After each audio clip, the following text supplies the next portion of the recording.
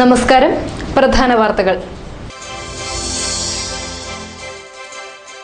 നാളിയാനിയിൽ വൻതോതിൽ മണ്ണിടിച്ചിൽ, 40 കുടുംബങ്ങളെ മാറ്റിപ്പാർപ്പിച്ചു.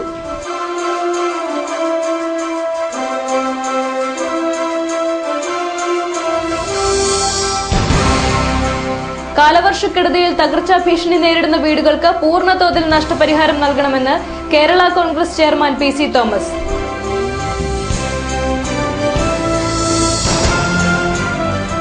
All Kerala photographers association August 9 മുതൽ 11 വരെ നെടുമ്പാശ്ശേരി സിയാൽ സെന്ററിൽ ഫോട്ടോ ഫെസ്റ്റ് സംഘടിപ്പിക്കും.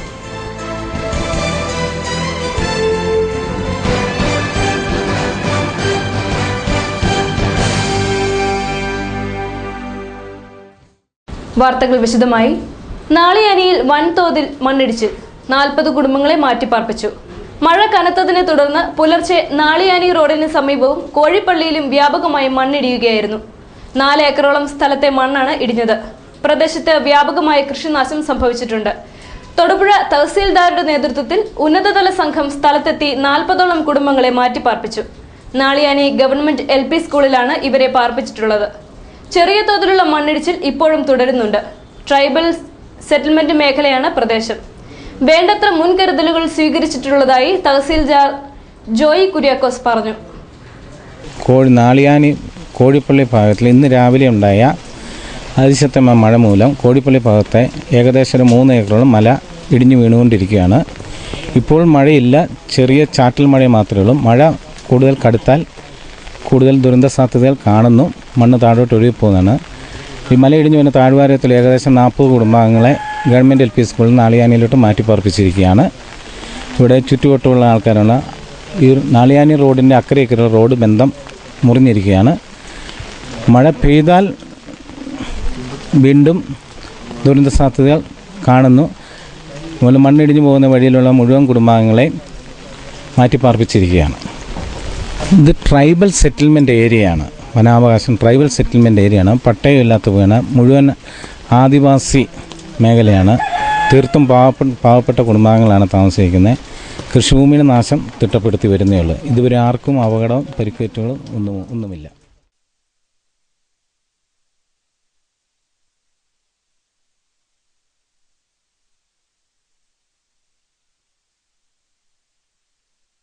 വെള്ളിയാമറ്റം പഞ്ചായത്തിൽ ചെറുതും വലുതുമായ 9ഓളം ഉരുൾപൊട്ടലുകളാണ് സമീപ ദിവസങ്ങളിൽ ഉണ്ടായത്. ഓഗസ്റ്റ് 5-ന് 8ഓളം ഉരുൾപൊട്ടലുകൾ ഉണ്ടായി. ഏക്കർ കണക്കിന് കൃഷിഭൂമിയാണ് നശിച്ചത്. ഉരുൾപൊട്ടലുകൾ ആർക്കും അപകടം സംഭവിച്ചിട്ടില്ല. നാശനഷ്ടങ്ങൾ സംബന്ധിച്ച് കണക്കെടുപ്പ് പൂർത്തിയായിട്ടില്ല. പിന്നോക്ക പ്രദേശമായ മലയോര മേഖലയിൽ പ്രകൃതിക്ഷോഭം വരുത്തിവെച്ച നാശം കനത്ത ദുരിതമാണ് ജനങ്ങൾക്ക് സമ്മാനിച്ചിട്ടുള്ളത്. ദുരിതം അനുഭവിക്കുന്ന ജനങ്ങൾക്ക് മതിയായ നഷ്ടപരിഹാരം നൽകണമെന്ന് പ്രദേശം സന്ദർശിച്ച ബ്ലോക്ക് പഞ്ചായത്ത് അംഗം M മോനിച്ചൻ ആവശ്യപ്പെട്ടു. 7 കേന്ദ്രങ്ങളിലായിട്ടാണ് ഉരുൾപൊട്ടൽ അനുഭവപ്പെട്ടത്. ആ ഇറുക്കുവാലം പാറമട റോഡ് ശരിക്കും തോടായി മാറിക്കൊണ്ട് അതിന് ഇരുവശത്തുമുള്ള 9 വീടുകൾ ഭാഗികമായും പൂർണ്ണമായും നശിച്ച അവസ്ഥയിലാണ് പഞ്ചായത്തിൻ്റെ ഇറുക്കുപാലം വാർഡിൽ അനുഭവപ്പെടുന്നത്. ഇതുകൂടാതെ ഇളന്തേശം സ്കൂളിന് സമീപം പറമ്പുകാട്ട് മലയിൽ നിന്ന് ഉണ്ടായ ഉരുൾപൊട്ടൽ ഗതാഗതം തന്നെ കാരിക്കോട് വെള്ളിയാമറ്റം റോഡിൻ്റെ ഗതാഗതം തന്നെ സമീപിച്ചിരിക്കുന്നു. അതുകൂടാതെ വടക്കനാർ പ്രദേശം, വടക്കനാർ ഇന്ന് വരെ കാണാത്ത രീതിയിൽ ഈ പ്രദേശത്തെ ജനങ്ങൾ കുടിയേറ്റ മേഖലയായിട്ടുള്ള വെള്ളിയാമറ്റം പ്രദേശത്ത്, ആദിവാസി മേഖലയായിട്ടുള്ള വെള്ളിയാമറ്റം പ്രദേശത്ത് ഇന്ന് വരെ കാണാത്ത രീതിയിലുള്ള ഏറ്റവും ഭീകരമായ ജലനിരപ്പാണ് വടക്കനാറിൽ ഉണ്ടായിട്ടുള്ളത്. നിരവധി വീടുകൾ പൂർണ്ണമായി നശിച്ചിരിക്കുന്നു. ഭാഗികമായ വീടുകൾ നശിക്കും. മുഴുവൻ ആളുകളെയും സമീപത്തുള്ള അംഗൻവാടികളിലേക്കും സ്കൂളുകളിലേക്കും മാറ്റിപ്പാർപ്പിക്കാൻ കർശനമായ നിർദ്ദേശം തഹസിൽദാരോടും വില്ലേജ് ആവശ്യപ്പെട്ടിരിക്കുകയാണ്. ആളുകളെ മാറ്റി പാർപ്പിച്ചുകൊണ്ടിരിക്കുന്നു. അവർക്ക് വേണ്ട ദുരിതാശ്വാസ ചികിത്സയ്ക്കുള്ള മരുന്നടക്കം, ഭക്ഷണത്തിലുള്ള അരിയടക്കമുള്ള സാമഗ്രികൾ എത്തിക്കുവാനും വസ്ത്രങ്ങൾ അടക്കമുള്ള എത്തിക്കാനുള്ള കർശനമായ നിർദ്ദേശം ബഹുമാനപ്പെട്ട മന്ത്രി PJ ജോസഫ് സാറ് ജില്ലാ കളക്ടറെയും തഹസിൽദാരെയും രാവിലെ തന്നെ നേരിട്ട് വിളിച്ച് ഏർപ്പാടുകൾ ചെയ്തു കഴിഞ്ഞിരിക്കുകയാണ്.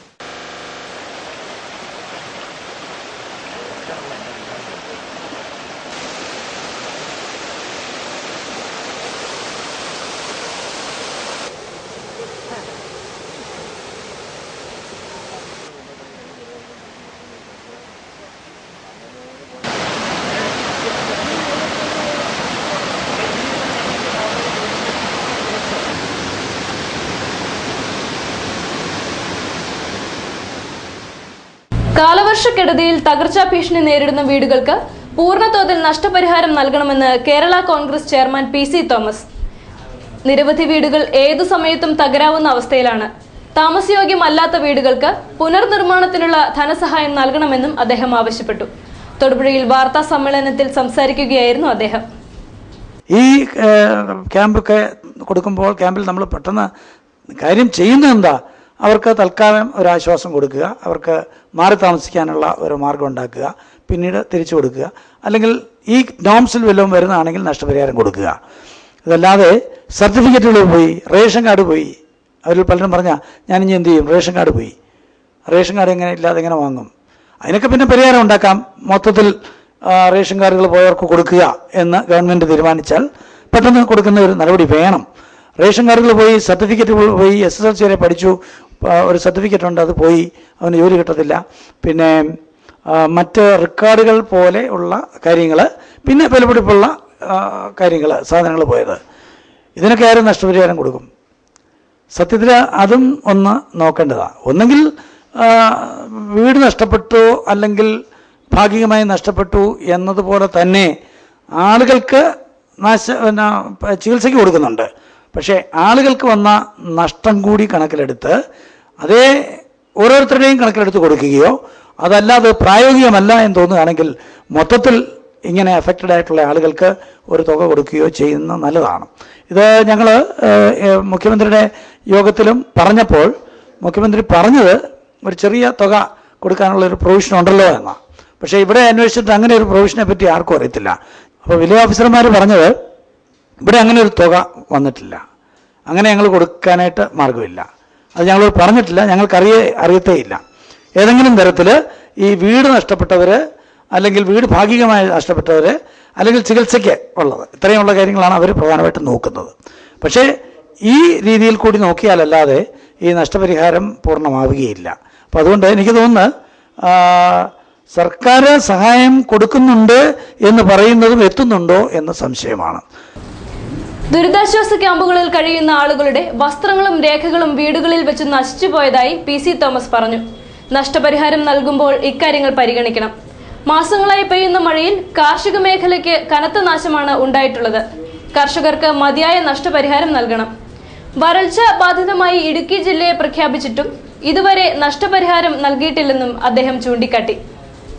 വരൾച്ച ബാധിത ജില്ലയായിട്ട് പ്രഖ്യാപിച്ച ജില്ലയാണിത്. പക്ഷെ അതിൻ്റെ തുക ഒന്നും ഈ ജില്ലയിൽ കിട്ടിയിട്ടില്ല. ഏതായാലും വരൾച്ച ബാധിച്ചിട്ട് ഇപ്പോൾ ഇത്രയും നാളായിട്ടും കിട്ടാത്ത സ്ഥിതിക്ക് ജനങ്ങളുടെ ഇടയിലുള്ള ആശങ്ക ഇപ്പോൾ പ്രഖ്യാപിക്കുന്നത് കിട്ടുമോ, അല്ലെങ്കിൽ തുക കൂട്ടണം എന്ന് ശ്രീ VS അച്യുതാനന്ദൻ ആവശ്യപ്പെട്ടു. പ്രതിപക്ഷത്തുള്ള എല്ലാവരും തന്നെ ആവശ്യപ്പെട്ടു. തുക 5 ലക്ഷമെങ്കിലും ആക്കണമെന്ന്. LDF അങ്ങനെ ഒരു തീരുമാനം എടുത്തുകൊണ്ടാണ് പോയത്. 5 ലക്ഷം ആക്കണം എന്നുള്ളത് അത്രയും ആക്കിയില്ലെങ്കിലും അല്പം കൂടെ കൂട്ടാം എന്നുള്ള നിലയിൽ ഗവൺമെൻറ് ഇന്നലെ സമ്മതിച്ചിട്ടുണ്ട്. അപ്പം അതുകൊണ്ട് ഞങ്ങൾ പ്രതീക്ഷിക്കുന്നത് അത് കൂട്ടും എന്നാണ്. അപ്പോൾ കൂട്ടിയാലും അത് സമയത്ത് കൊടുക്കുക എന്നുള്ളത് നിർബന്ധമായിട്ട് ചെയ്യണം എന്ന് ഞങ്ങളൊക്കെ അഭ്യർത്ഥിച്ചിട്ടുണ്ട്. അത് ചെയ്യാം എന്ന് പറഞ്ഞിട്ടുണ്ട്. ഒരു മോണിറ്ററിംഗ് സിസ്റ്റം സത്യത്തിൽ ആവശ്യമാണ്. ഓരോ ജില്ലയിലും മന്ത്രിമാരെ തന്നെ മോണിറ്ററിംഗ് വെച്ചോന്ന് എനിക്കറിയില്ല. ഓരോരുത്തരെ ഓരോ ജില്ലയിൽ ഏൽപ്പിച്ച് പ്രത്യേകിച്ച് ഈ കാര്യങ്ങൾ നടപ്പാകുന്നുണ്ടോ എന്ന് നോക്കുന്നത് നല്ലതായി. പ്രഖ്യാപനങ്ങൾ വന്നത് പലതും നടക്കുന്നില്ല എന്ന ആരോപണം ഇപ്പോഴും ഉണ്ട്. വെള്ളിയാമറ്റും പന്നിമറ്റും കരകളെ ബന്ധിപ്പിക്കുന്ന പുതിയ പാലം വെള്ളത്തിനടിയിലായത് ജനങ്ങളെ ദുരിതത്തിലാഴ്ത്തി. പഴയ പാലത്തിന് താഴെയായി നിർമ്മിച്ചിട്ടുള്ള പാലമാണ് വെള്ളത്തിനടിയിലായത്. പഴയ പാലത്തിലൂടെ കാൽനട യാത്ര സാധ്യമാകുമെങ്കിലും വാഹന ഗതാഗതം സാധ്യമല്ല. പുതിയ പാലത്തിൽ കൂറ്റൻ മരങ്ങൾ വരെ വന്നടിഞ്ഞിട്ടുണ്ട്.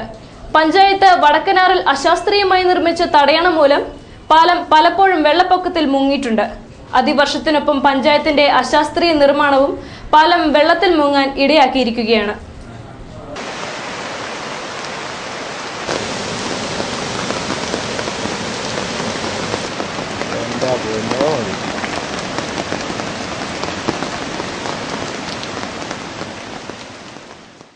All Kerala photographers association August 9 മുതൽ 11 വരെ നെടുമ്പാശ്ശേരി CL സെന്ററിൽ ഫോട്ടോ ഫെസ്റ്റ് സംഘടിപ്പിക്കും.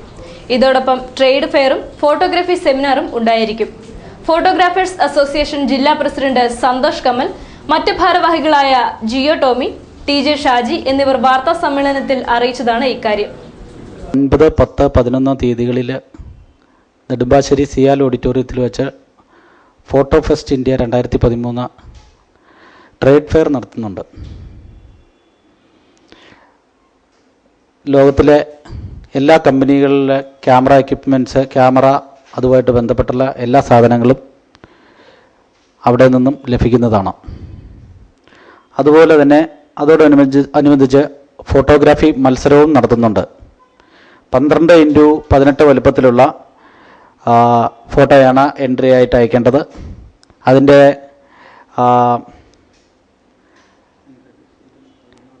എൻട്രി ഫീസ് 200 രൂപയാണ്. കലയും സംസ്കാരവുമാണ് അതിൻ്റെ വിഷയം. ആ വിഷയത്തെ അനുബന്ധിച്ച് ഫോട്ടോഗ്രാഫി മത്സരവും സംഘടിപ്പിച്ചിട്ടുണ്ട്.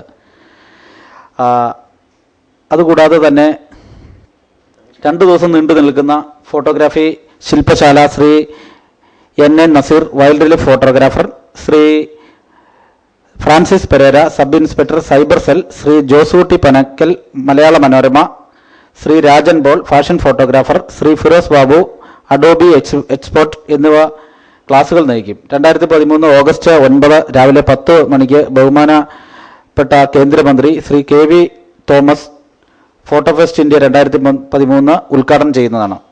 Shri MP Shri KP Dhanapal photo പ്രദർശനം ഉദ്ഘാടനം ചെയ്യും. MLA മാരായ ശ്രീ അൻവർ സാദത്ത്, ശ്രീ ഹൈബി ഈഡൻ, നെടുമ്പാശ്ശേരി പഞ്ചായത്ത് പ്രസിഡന്റ് ശ്രീ PY വർഗീസ് എന്നിങ്ങനെ നിരവധി ആളുകൾ അതുമായിട്ട് ബന്ധപ്പെട്ട് സംബന്ധിക്കുന്നതാണ്. PT തോമസ് MP വ്യാഴാഴ്ച തൊടുപുഴ മേഖലയിലെ ദുരിതാശ്വാസ ക്യാമ്പുകളും മഴക്കെടുതി മേഖലകളും സന്ദർശിക്കും. മങ്കൊമ്പുകാവ് ശ്രീ മൂലസ്ഥാന സംരക്ഷണ സമിതി വാർഷിക പൊതുയോഗം ആഗസ്റ്റ് 11 രാവിലെ 10:30 മുതലിയാർ മഠം ഹരിഹരാമൃതം കല്യാണ മണ്ഡപത്തിൽ നടക്കും. മ്രാല മുടക്കോടിയിൽ ഫിലിപ്പ് നിര്യാതനായി. 74 വയസ്സായിരുന്നു. സംസ്കാരം വെള്ളിയാഴ്ച 3 പൊന്നന്താനം സെന്റ് പീറ്റേഴ്സ് ആൻഡ് പോൾസ് പള്ളിയിൽ നടക്കും.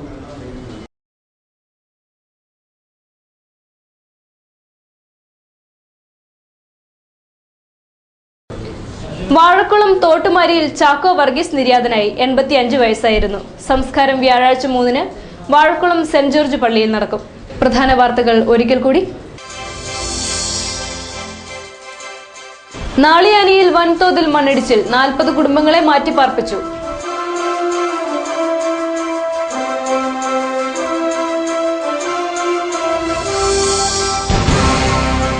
കാലവർഷക്കെടുതിയിൽ തകർച്ചാ ഭീഷണി നേരിടുന്ന വീടുകൾക്ക് പൂർണ്ണതോതിൽ നഷ്ടപരിഹാരം നൽകണമെന്ന് Kerala Congress chairman PC Thomas.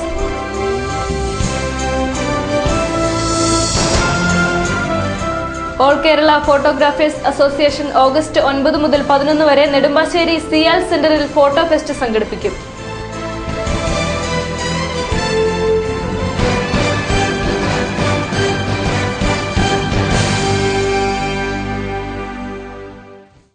ഇതോടെ ഈ വാർത്താ ബുള്ളറ്റിൻ സമാപിക്കുന്നു. നമസ്കാരം.